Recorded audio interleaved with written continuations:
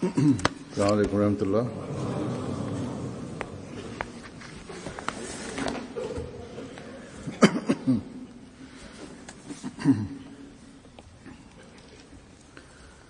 أشهد أن لا إله إلا الله وحده لا شريك له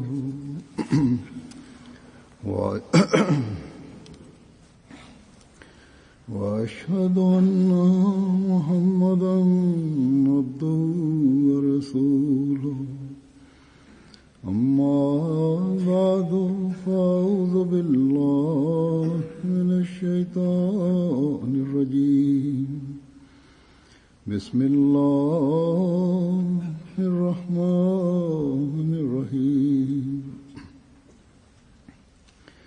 الحمد لله رب العالمين الرحمن الرحيم مالك يوم الدين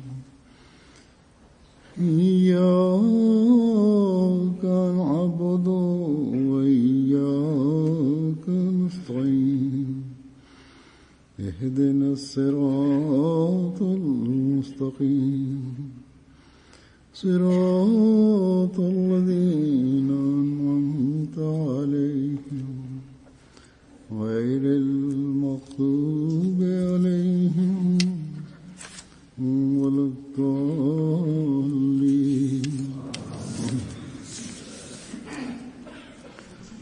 Allah'ın lütfu ve ihsanıdır ki her yolculuğum esnasında onun yardım ve desteğini görmekteyiz.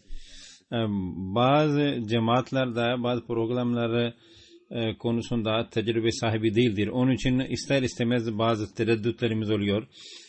Bazen onlar bazı programları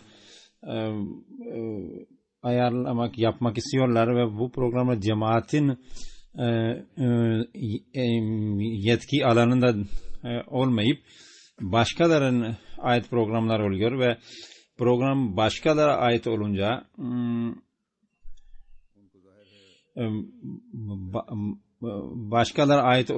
program başkalarına ait olunca başkalarının elinde olan vesayetlerle biz onu duyurmaya da çalışıyoruz. Ve bu programlarda hep yabancılar, cemaat dışındakiler geldiklerinde hep insan düşünüyor ki inşallah bu programa bir şerli birisi gelip programı bozmaya çalışmaz veya programın seviyesi düşük olunca düşmanlarımızın istihzasına neden olmasın. Ama biz Allahu Teala'ya ne kadar şükür etsek edelim azdır. Çünkü her zaman onun desteğini görmekteyiz. Bu öyle manzaralar, öyle güzel destekleri ki biz şaşa kalıyoruz.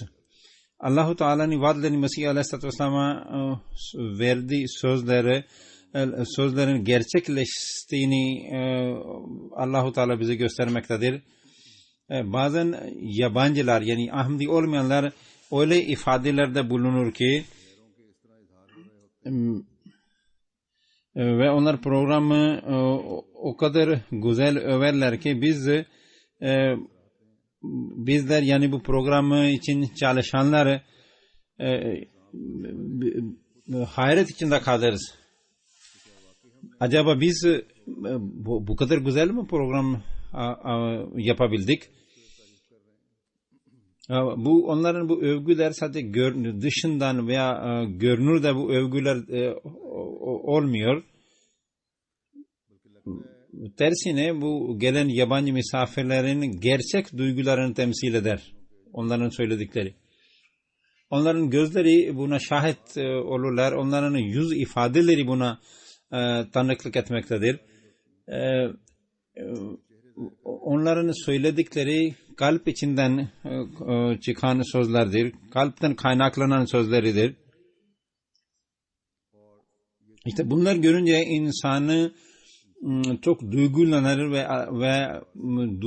ve şükran duygularla insanın içi dolar. Geçenlerde ben Hollanda ve Almanya yolculuğuna çıktım, seyahatine çıktım. Almanya'da büyük cemaatimiz var. Ve Allah'ın lütfuyla çok organize olmuş bir cemaattir ve her tabaka ile, toplumun her katman ile onların güzel ilişkileri vardır.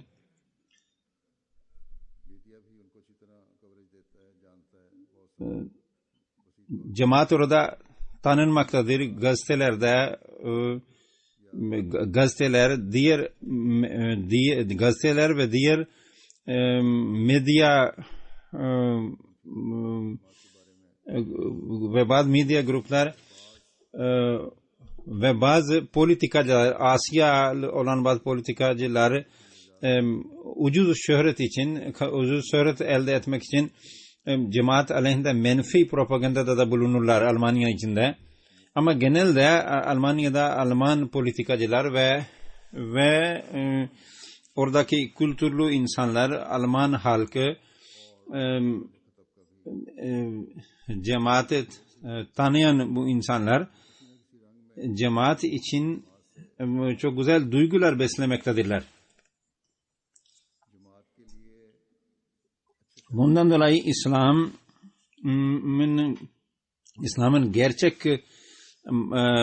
İslam gerçeğini onlar görmektedirler.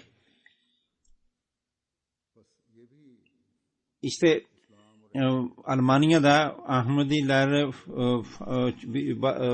organize ettiği programlar Almanya'da cemaatin tanınmasına vesile olmaktadır ve cemaat tanınmaktadır her seviyede. Ama bunun tersine Hollanda'da çok küçük bir cemaatimiz var ve şimdiye kadar onlar bu kadar faal değil idiler. O kadar faal değiller idi ki medya vasıtasıyla Ahmediyet ve İslam'ı geniş çapta tanıtmış olsalar,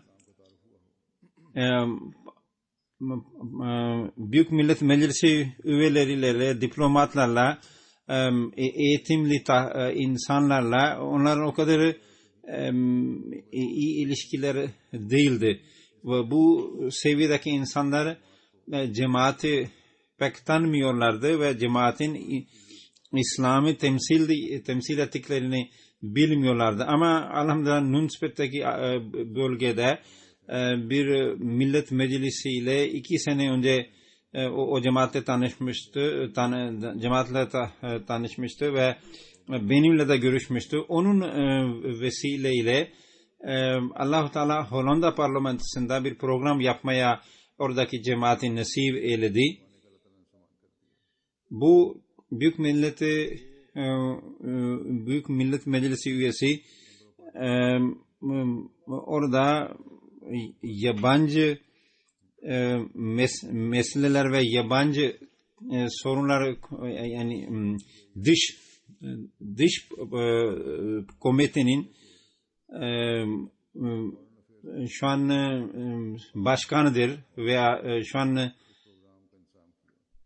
bana oradaki cemaat dediler ki böyle bu şekilde orada bir programlar ayarlanacaktır. Siz de buyurun, beni davet ettiler. Ben de zannettim ki gideceğiz, birkaç kişi olacak ve cemaat pek tanınmıyor bu ülkede. İnsanlar gelmeyecekler diye düşünüyordum. Ve cemaat de bu konuda tecrübe sahibi değildir, Hollanda cemaati. Bunlar benim düşüncelerimdi ama Allah'ın lütfuyla Hollanda cemaatinin eğer durumu gözünde bulundurursa Allah'ın lütfuyla bu çok güzel bir program ayarlandı. Çok güzel program yapıldı. Bu programda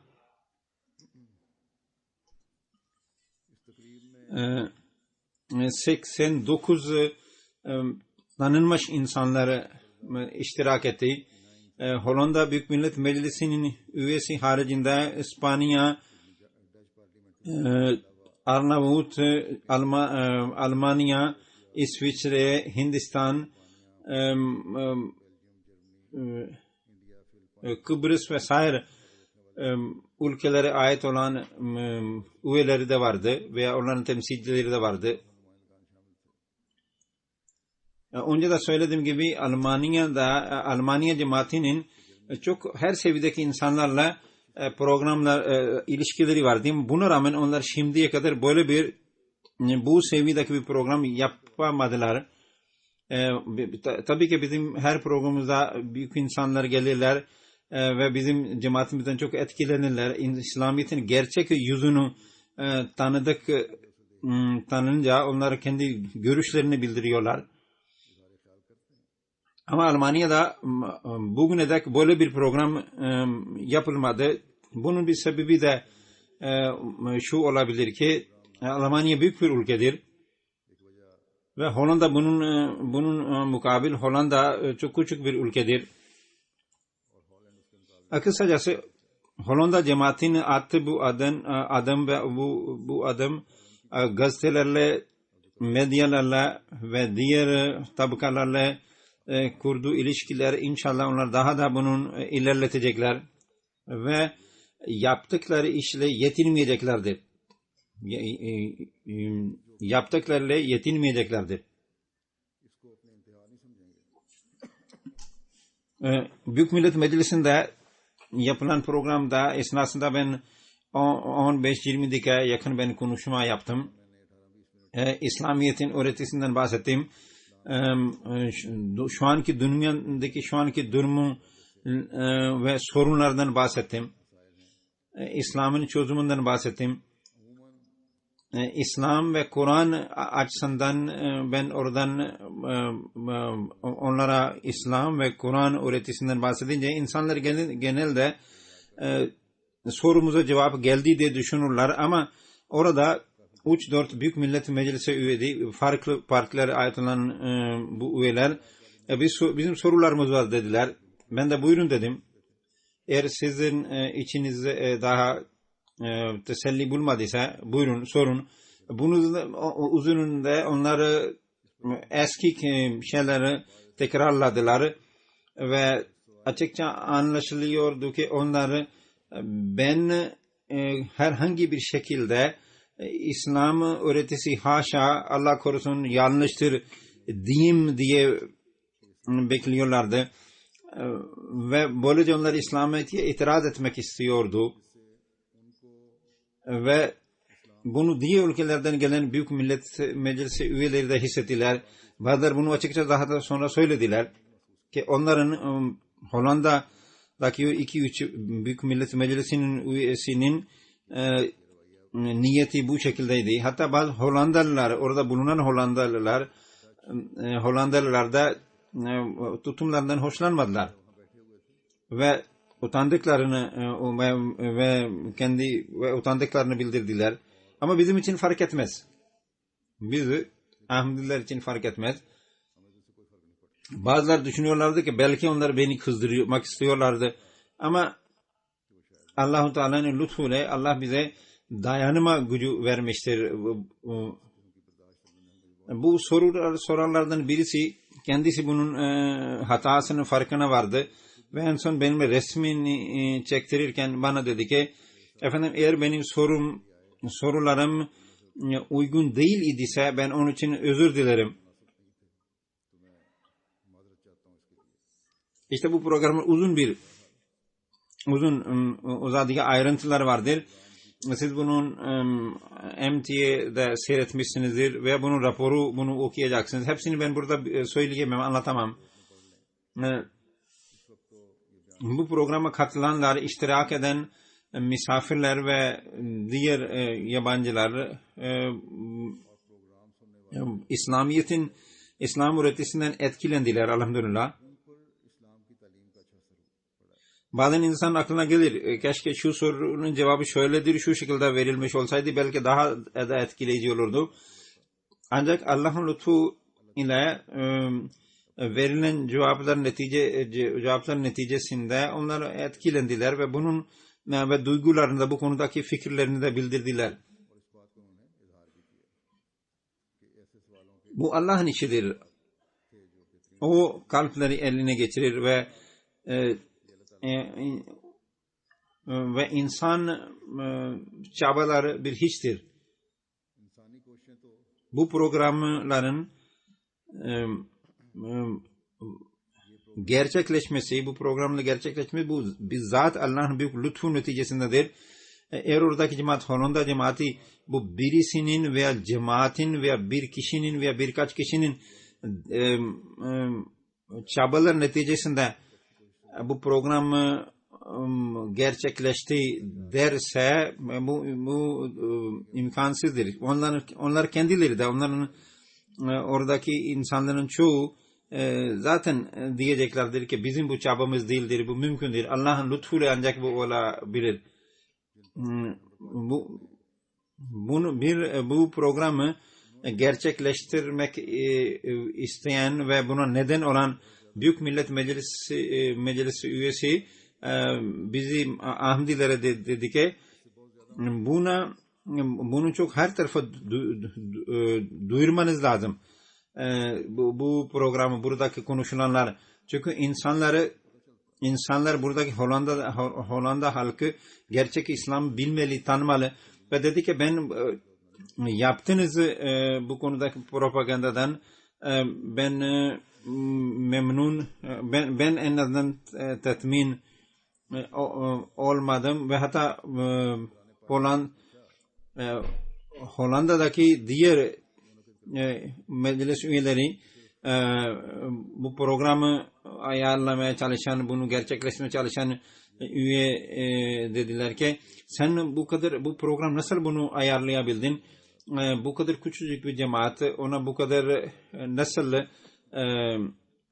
onun için bu program Millet Meclisi'nde nasıl ayarlandı? Bu Millet Meclisi üyesi diyor ki bu program benim düşündüğümden daha iyi geçti. Çok daha iyi geçti.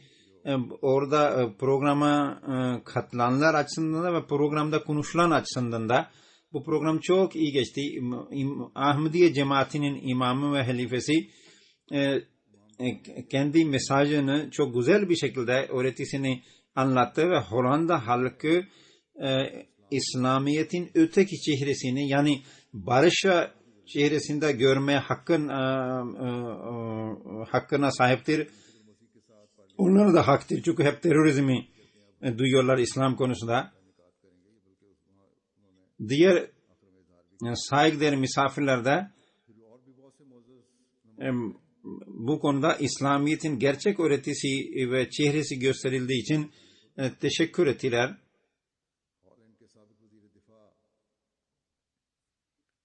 O misafirler daha sonra benimle uzun zamana kadar benimle oturdular, uzun bir zaman ve dediler ki sizin anlattıklarınızla biz İslamiyet'in gerçek öğretisini gördük. Bana dediler ki sık sık buraya gelin, Hollanda'ya gelin ki buradaki halk içinden Hollanda halkı içinden İslam korkusu, İslam fobiyası yok olup gitsin.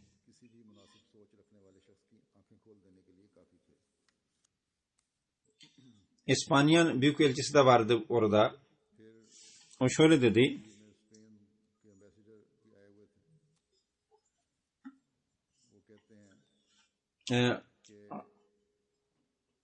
Ahmediye cemaatinin halifesinin özgürlük, konuşma özgürlüğü, ifade özgürlüğü üzerinde onun verdiği cevaplar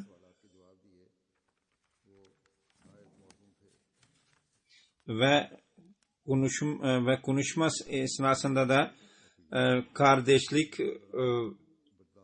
ve barış üzerinde İslam öğretisi ve anlattığı İslam öğretisi insan kalbini etkiler ve ben onu söyledikleriyle hemfikrim. Ve eğer biz dünyada barış ve dinler arasında barış sağlamak istiyorsa bu değerlere mutlaka sahip çıkmamız lazım.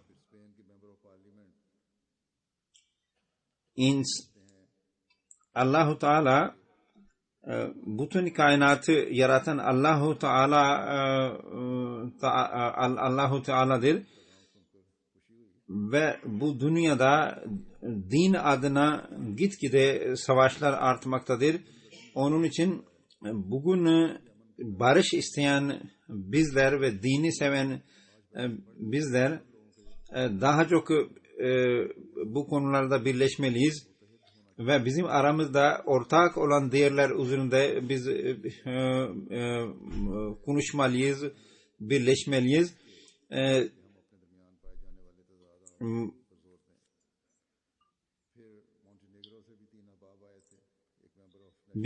Başka bir millet meclisi üyesi dedi ki bu program cemaat için büyük bir başarıdır. Çünkü cemaatin imamı en güzel şekilde İslam öğretisini anlattı ve Hollanda Büyük Millet Meclisi üyelerinin sorular çok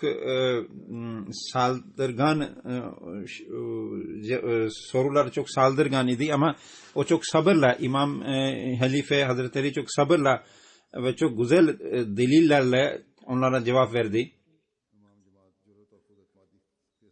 Bugünkü tehlikeli dünyasında bu tür programlara çok ihtiyaç vardır, bu üye öyle diyor.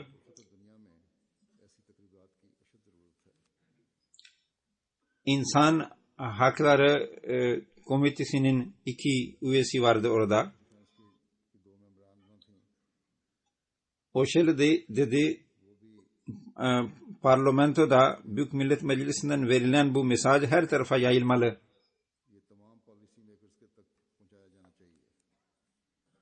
Kureyşiye'den bir hükümet partisinin bir üyesi geldi.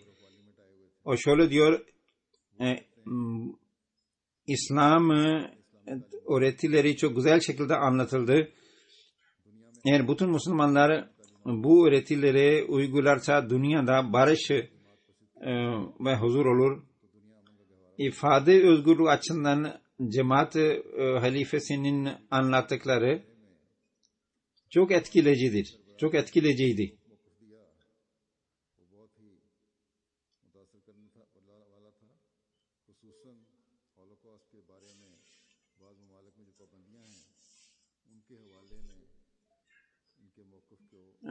Bu bir Pakistan'da Ahmedilere yapılan zulümlere rağmen, bu gerçek bulunmasına rağmen, bu bir gerçek olmasına rağmen İmam Ahmediye cemaatinin imamı İslam'ın gerçek öğretisini uyarak Pakistan üzerinde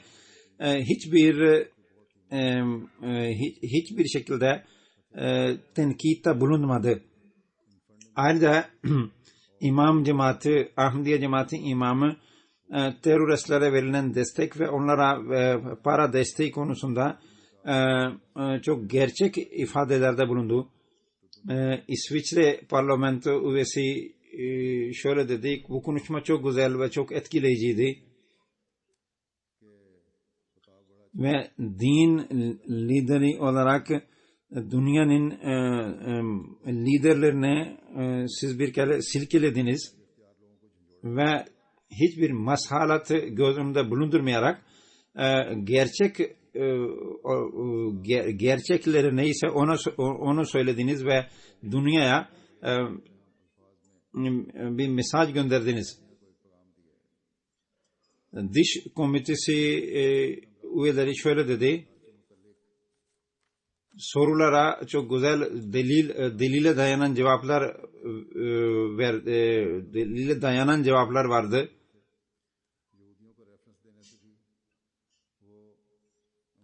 Bizim ülkemizde Nazileri herhangi bir sambulu asmak bile yasaktır. Arnavut'tan gelen misafir ve onu din komitesi ve Diyanet komitesinin eski başkanıydı. O dedi ki ben Ahmediye cemaatinin bu şekilde İslamiyet'e hizmet ettiğini hiç bilmiyordum. Ahmediye cemaatin imamı en güzel şekilde İslam öğretisini anlattı. Amsterdam Üniversitesi'nin profesörü ki o İslam ve Budizm üzerinde o zamandır, o şöyle dedi: İmam cemaati, Ahmediye cemaati imamı barış konusunda İslam'ın öğretisinin orasını güzel anlattı ki ben şu kanaate vardım ki dinler arası diyalogda bu cemaatin mutlaka çağrılması ve bu cemaatin onun bir ayrılmaz bir parça olması gerekir.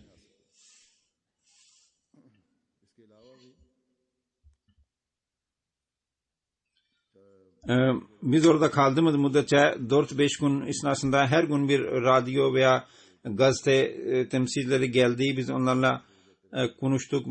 Bazen yarım saat, bazen 40 dakika bir interview oldu onlarla. Bir mülakat yapıldı. Orada Vadil Mesih Aleyhisselam'ın makamı, onun iddiası, İslam öğretisi, dünya barışı, hilafet vesaire konuyla ilgili bilgi verildi. Siz ayrıntılarını okursunuz, görürsünüz böyle gazetede. Geniş çap cemaat tanıtıldı orada. Cemaat elhamdülillah orada artık ben bir profesörün örneğini verdim. Onun artık onlar kabul etmek zorunda kaldılar ki eğer İslamiyet'in gerçek öğretisinin siz yaymak istiyorsanız bu dinler arası diyalogunda cemaati mutlaka ayrılmaz bir parçası haline getirmek zorundasınız. 5 Ekim'de Amsterdam'daki radyo benimle bir demeç yaptı, bir mülakat yaptı. Beytun Nur Camisi'nden bu can olarak yayınlandı. Bu demeç, bu interview. Ve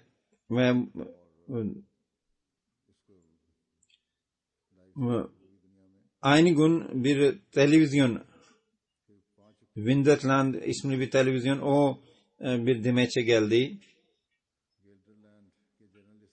Ve bu televizyon vasıtasıyla da o bölgede 2 milyondan fazla kişiye kadar bu mesaj ulaştırıldı. Gazeteci kendisi dedi ki bizim bu televizyon burada çok tanınan ve meşhur televizyondur. 6 Ekim'de Hollanda'nın milli gazetesi bana geldi ve onlar bir demeç yaptı, mülakat yaptı benimle.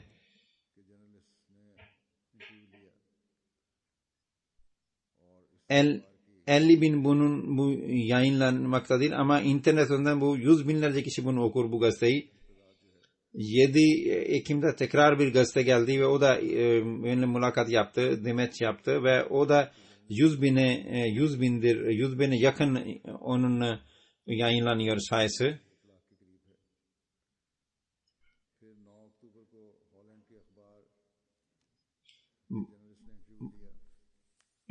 Başka bir bu demeçler ve vasıtasıyla ve medya vasıtasıyla çok güzel her tarafa mesaj yayınlandı, yayıldı elhamdülillah. Hollanda'da ilk defa cemaat geniş çaplı tanıtıldı, irtibatlar kuruldu. 3 milli gazete raporlar yayınladı Hollanda'da. 9 gazete internet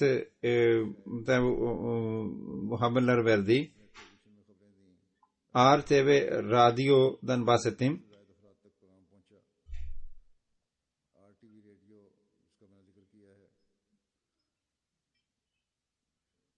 O da her tarafa, bütün dünyada bunu internet vasıtasıyla bunu her tarafa yayınladı.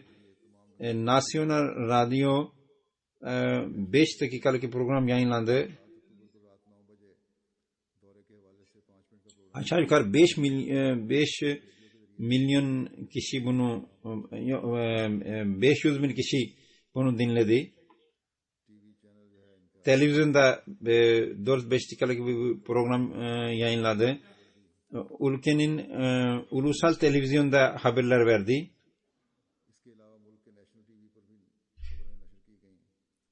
5 milyon kişiye kadar bu sadece televizyonlar vasıtasıyla 5 milyon kişiye kadar bu mesaj yayınlandı ve ulaştı bu mesaj ve toplam 8 milyon kişiye bu program bu mesaj İslamiyet'in güzelce öğrettiği ulaştı. 60 sene sonra onu da Allah-u Teala bize bir mescid yapmaya onun temelini atmaya nasip etti. Orada nasip etti Allah-u Teala.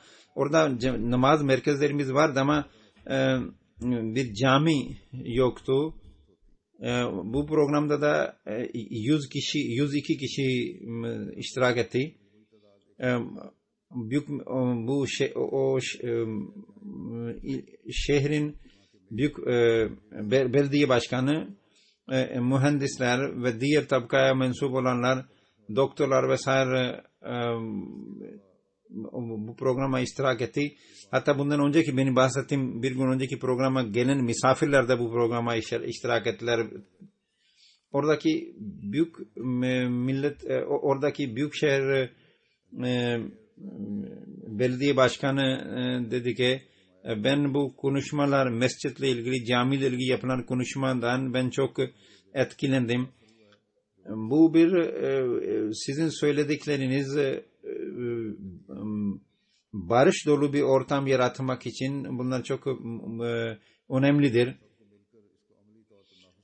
Umuyorum ki bu cami vasıtasıyla bu öğreti, bu barış öğretisi her tarafa yayılacaktır. Oradaki bir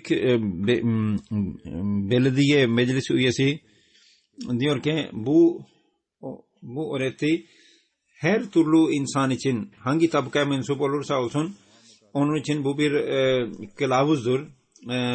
Bir parti üyesi dedi ki anladığım kadarıyla gelecekte bir tek bu cemaat dünya için barış garantisidir.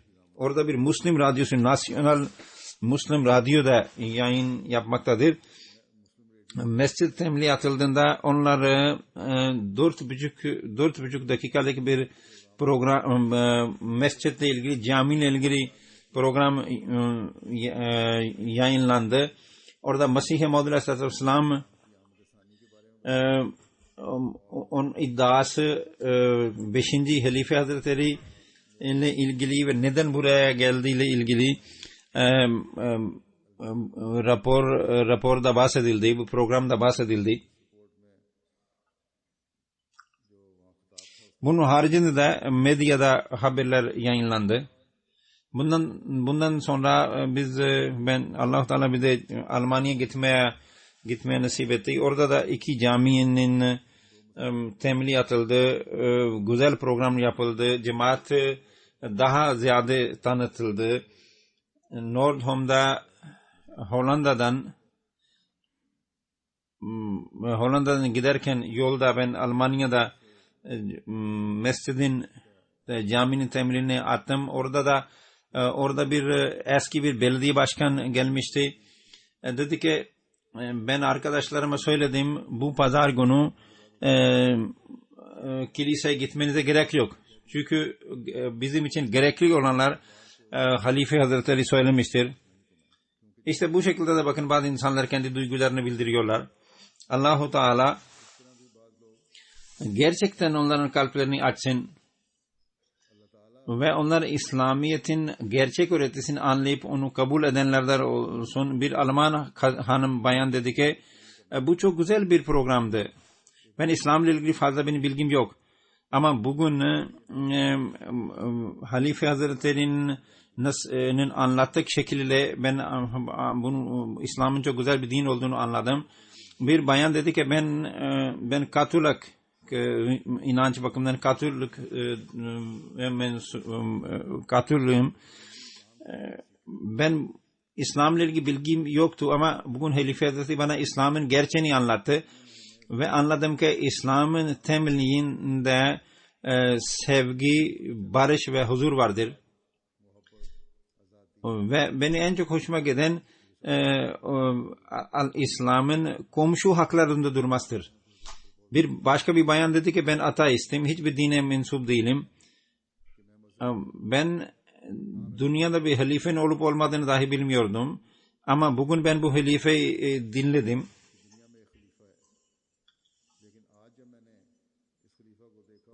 Ben bugün ben İslam'la ilgili çok güzel görüşlerle buradan ayrılıyorum. Ben anladım ki mescid sadece ibadet için değil, insanlara hizmet etmek içindedir. Ben anladım ki mescid barış yaymak içindir. İslam için, İslam'dan korkumumuza, İslam'dan ile ilgili olan korkularımız cemaatin imamını dinleyince içimizden yok olup gidiyor. Bir gazeteci dedi ki ben imam cemaatinle demeç yapacağım diye düşünüyordum. Ancak onun konuşmasını dinleyince hiçbir demeçe, hiçbir mülakata gerek kalmadı. Çünkü İslam'la ilgili insan içinden ne kadar korku gelebiliyorsa, aklına ne kadar korku gelebiliyorsa onların hepsinin cevabını Halife Hazretleri konuşmasında vermiştir. Başka bir bayan dedi ki benim kocam da geldi benimle beni bırakmaya. Ben dedim sen de gel. O dedi ki hayır ben içeri gelmeyeceğim. Sen kendin git bu Müslümanların programıdır. Burada benim kalbim şahitlik ediyor ki bugün mutlaka bomba patlayacaktır. Onun için sen git. Ama ben yaşamayı çok seviyorum. Sen ölümü seviyorsan bu programa git. Bu bayan dedi ki programdan ayrılırken dedi ki ben gidip ona kocama diyeceğim ki sen bugün çok güzel bir programı kaçırdın. İşte bakın böyle düşünceler de var insanların. Başka bir Alman bayan şöyle dedi, konuşma ve programa esnasında konuşma esnasında hep dedi ki her kelimenin bu doğrudur diye dedi. Ve dedi ki ben ilk defa bir programa geldim ve buradaki sizin bu kadar güzel organizasyonu ben çok hoşuma gitti. Ve çok güzel insanlar bunlar. Hazır diyor ki insanların bu duyguları bize de bir şeyler anlatmakta. Bizim için de bu manada önemlidir ki onlar bizim hakkımızda nasıl düşünüyorlarsa, nasıl bizim davranışlarımızdan bahsediyorlarsa bunlar daimi olmalı, geçici olmamalı. Bu bayan dedi ki ben çok üzgünüm ki bu ahlakları, bu cemaatin gösterdiği ahlaklar bugün bizim toplumumuzdan yok olmuştur. Çünkü ben ailemde çocuklarıma hangi değerler öğretmek istiyorsam okulda maalesef onlar yok olup gidiyor. Bugün bana burada gerçek insanlık öğretilmiştir. İnsanlar zannediyorlar ki okullarda işte çocuklara özgürlük adı altında eğitim verilmektedir. İşte bakın buradaki kendileri, bunlar Avrupalı olan bu insanlar kendileri o eğitim sisteminden rahatsızdırlar. Biz de çocuklarımıza bunu anlatmalıyız ki siz bunu İslam öğretisine onlar sahip çıkmalıdırlar. Başka bir bir erkek misafir dedi ki İslam, Hristiyanlık ölü bir dindir ve İslam diri bir din olarak bana görünmektedir. Ben Afrika'da suyun olmadığından bahsetmiştim. Bunun da o adam dedi ki Afrika'da su dahi yok. Orada bir bayan oturuyordu. O cemaatin Afrika'da insanlara su ulaştırmak için neler yaptığını öğrenince kendi yanında oturan çocuğa dedi ki, kendi çocuğuna dedi ki sakın su harcamayın, boşuna harcamayın. Bakın ve orada birkaç çocuk daha oturuyordu. Onlar dedi ki bu halifenin konuştuklarını dikkatle dinleyin. Orada bir oturan bir bayan bir Ahmedi ile öyle tesettürle ilgili konuşmaya başladı. Ve niye burada sadece erkekler var, kadınlar niye yok bu programda? O da benim konuşmamı dinleyince ki orada ben tesettürün gerçeği nedir diye anlatmıştım. Bunu dinleyince dedi ki işte Avrupa'da kadın özgürlükler yüzeyseldir. Şimdi ben anladım bu konuşmayı dinleyince ki kadının gerçek değeri bu öğretidedir. İşte bakın Avrupalılar dahi bu öğretiyi anlamaktadırlar. Bunun için bizim de bazı hanımlarımız tesettür konusunda komplekse giriyorlar bazı hanımlarımız. Onları hiçbir kompleksa sahip olmamalı. Tam tersine kişilikli davranmalıdırlar. Başka bir bayan diyor ki ben İslam konusunda çok tecessüs sahibiydim, çok meraklıydım. Bugün ben anladım ki İslam çok güzel bir dindir. İmamın dedi çok hoşuma gitti ki bizler bir tek Allah'ın yarattıklarıyız. Onun için biz birbirimizle kardeşler gibi yaşamalıyız. Onun kocası dedi ki ben de çok halifenin ne diyeceği konusunda çok meraklıydım. Onun konuşmasını dinledikten sonra biliyorum ki ben onunla hemfikrim. Anladım ki mescitler, camiler barış evidir, barış yuvasıdır. İmamınız insanlar birbirine güvenmeli dedi, korkmamalı ve bunlar deyince benim içinde camiyle ilgili hiçbir korku kalmadı. Başka birisi geldi, başka bir Alman dedi ki ben ateistim ve din düşmanım, hiç sevmem dini. Ama halifeniz bugün gösterdi ki o her türlü insan için barış mesajını getirmiştir. O ne dediyse ben ona çok ihtiyacımız vardır. Onu dediklerine uygulamaya çok ihtiyacımız vardır. Başka bir bayan dedi ki Ahmediye cemaati imamı dediklerine çok ihtiyacımız var. Dünya bugün bölünmüştür. Ve onun mesajı, onun öğrettikleri bize birleştirebilir. Sadece Müslümanlar değil, Hristiyanlar ve Yahudiler de ona dört kulak dinlemeli. Bu bayan dedi ki bu konuşma dinleyince İslam'la olan menfi görüşlerim tamamıyla yok olup gitti.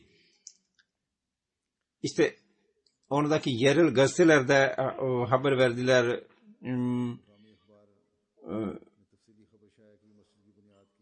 Ve dedi ki gerçek İslam'ın öğreti şu şekildedir. Konuşmalarımda anlattıklarını gazetesinde bahsetti. 320.000 kişiye kadar bu mesaj gazete vasıtasıyla yayınlandı. Televizyonda, o yerel televizyonda 2 dakika için haber verdi.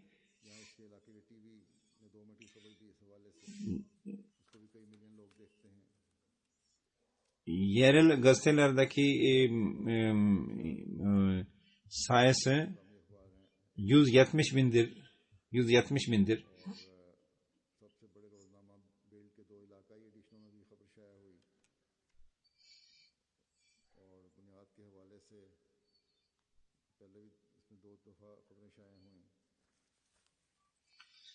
İşte Nordham Cami ile ilgili haber radyoda da yayınlandı. Toplam olarak iki caminin temeline atıldı. 490 bin yayınlanan gazete bunun haberlerini verdi. Bu mescidle ilgili. Televizyon, radyo vesaire.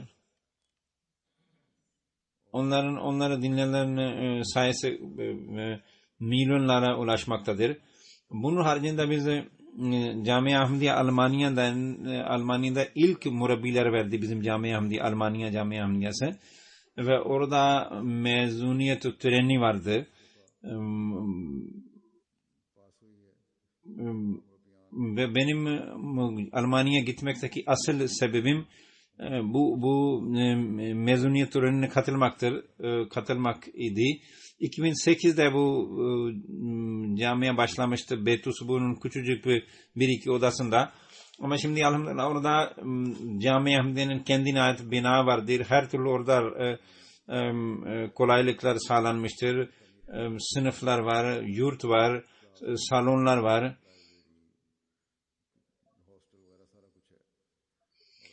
İşte onların mezuniyet töreni çok güzel geçti elhamdülillah. Allah Teala orada murabbi olarak mezun olan insanları, çocukları vefa ile vakflarını yerine getirme nasip eylesin. Vadlen Mesih Aleyhisselam diyor ki bizim cemaatimizle ilgili Allah'ın büyük vaatler vardır. Hiçbir insan aklı, basireti veya dünyevi vesileleri bize bu vaatleri ulaştıramaz. Allah-u Teala'nın kendisi bazı vesileler yaratacaktır ki ondan sonra bu iş tamamlanacak. Ben biliyorum ki Allah bu cemaati kurmuştur ve onun lütfu ile bu gelişmektedir, serpilmektedir. Allah'ın iradesi olmadığı müddetçe hiçbir millet ilerleyemez ve gelişemez. Ancak Allah-u Teala irade de buyurduğunda bu bir millet için irade ettiğinde o tohum gibi olur ve bir tohumla ilgili hiç kimse anlayamadığı gibi insanlar bu milletin, bu cemaatin de tohum gibi olan bir cemaatinde ne kadar gelişeceklerini, ne kadar meyve vereceklerini kimse tahmin edemez. Hazır diyor ki Allah'ın takdiri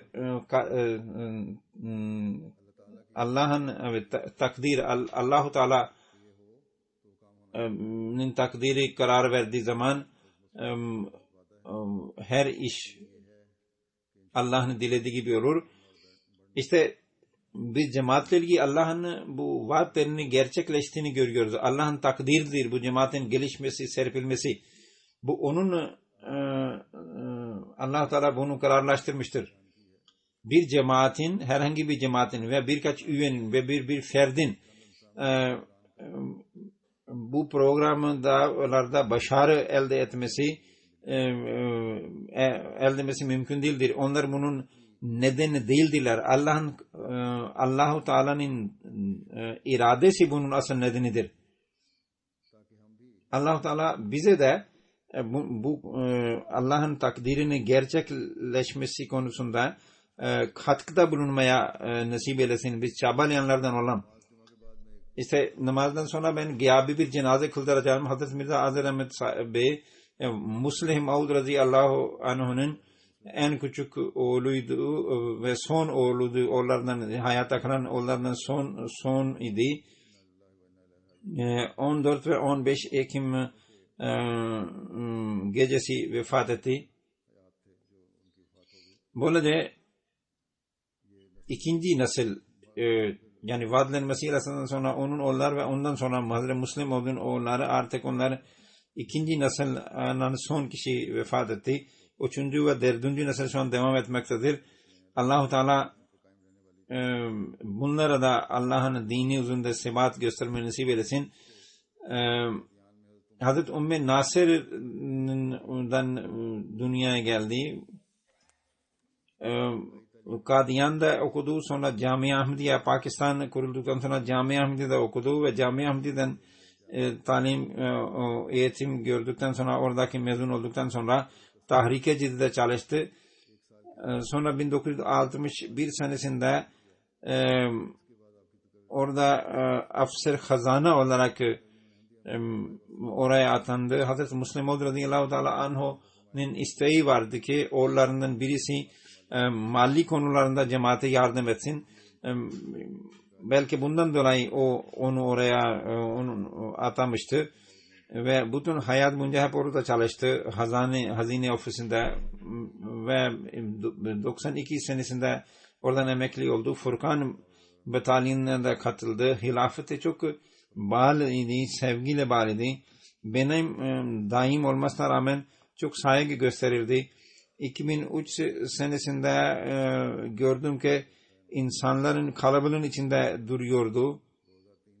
Ama beni görür görmez çok duygular içinde elini sağladı. Çok vefa ve onun çok halis vefa vardı içinde.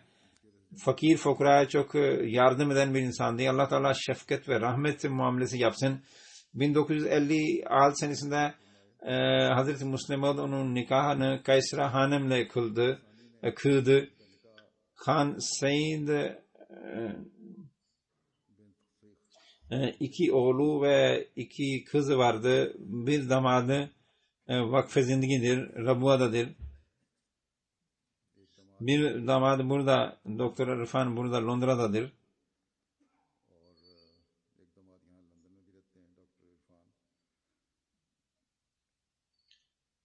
Hutbede ben tarihimizle ilgili olduğu için bunu da anlatmak istiyorum ki Hazretim nikah kıldığında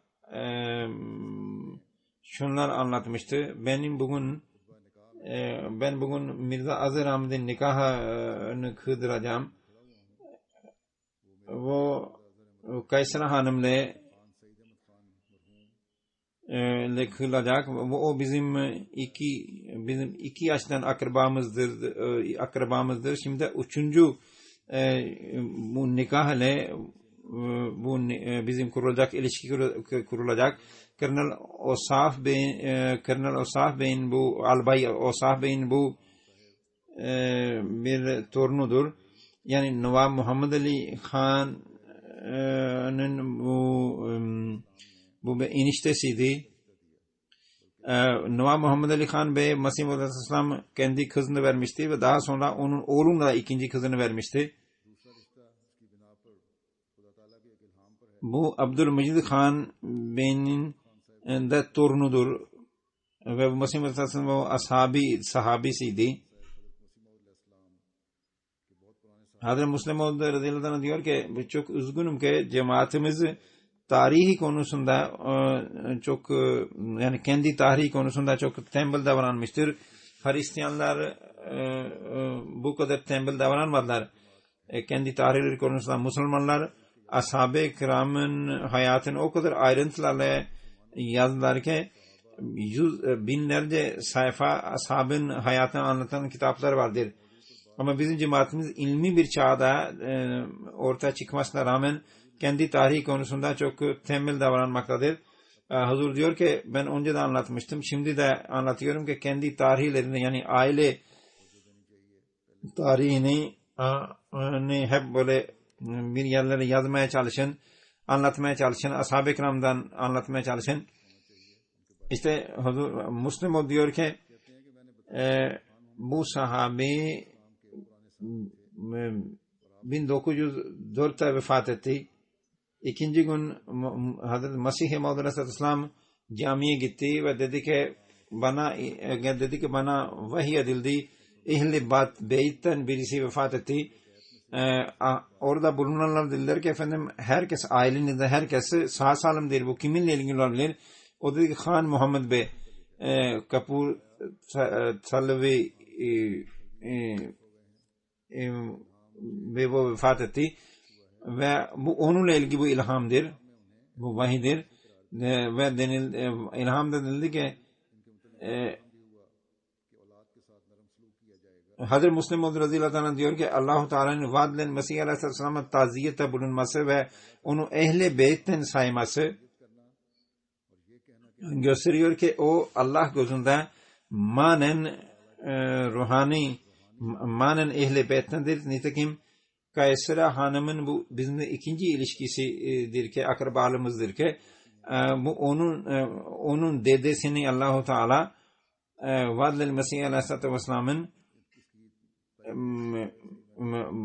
dedesinin vaad edilen Mesih Aleyhisselam manevi ehl-i beytinden saymıştır. İşte dua edelim ki Allah-u Teala Mirza Azhar Bey'le şefkatli ve merhametli davransın.